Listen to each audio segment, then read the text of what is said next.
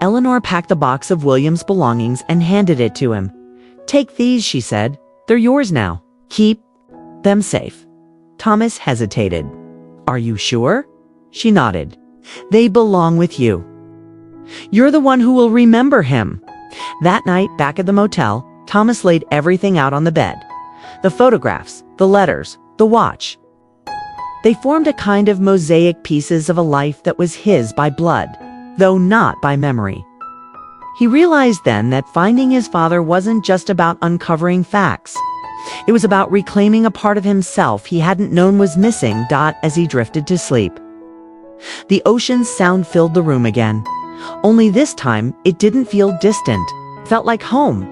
The next morning, Thomas woke earlier than usual, his mind already set on the final conversation he needed to have with Eleanor before leaving.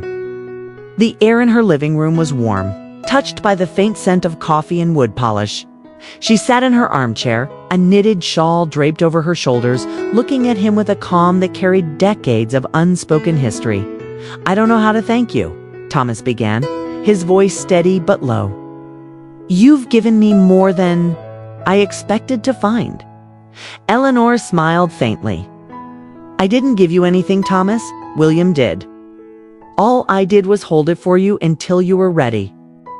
They sat for a while without speaking, listening to the faint tick of the clock on the wall. Thomas felt an unexpected peace, the kind that comes not from having all the answers, but from finally knowing where to stop searching. After breakfast, he walked down to the harbor one last time. The fishing boats were already out, their white wakes cutting across the water. The smell of salt and diesel hung in the air. He leaned against the railing, letting the wind press against him, and thought about the long road that had led here. For years, his father had been a shadow, a question mark at the center of his life.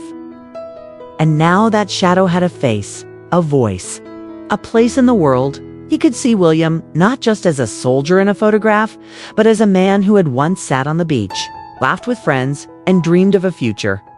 When he returned to the house, Eleanor was in the doorway holding something, small, wrapped in cloth. She pressed it into his hands. "Your father's dog tags," she said softly. "He would want you to have them."